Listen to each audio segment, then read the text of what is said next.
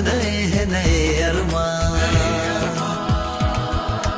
पंख नए हैं नई है उड़ान, ख्वाब नए हैं नए अरमान, छूने को नए आसमां आए हैं हम, एक नया भारत बनाने आए हैं हम। Student police cadet, student police cadet.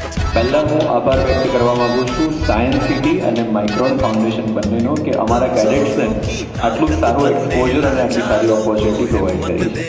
महिलाओं को मान दिलाने, ईमान की मशाल जलाने आए हैं हम। Student police cadet, student police cadet.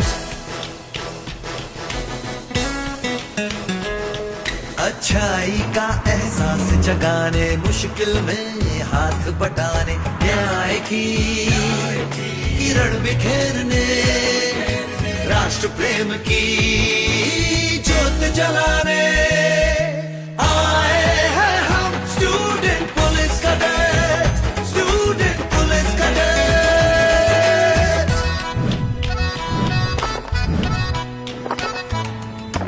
अनुशासन की डोर थाम कर कर्मयोगी युवा बनकर, प्रशस्त पथ पर देश बढ़ाने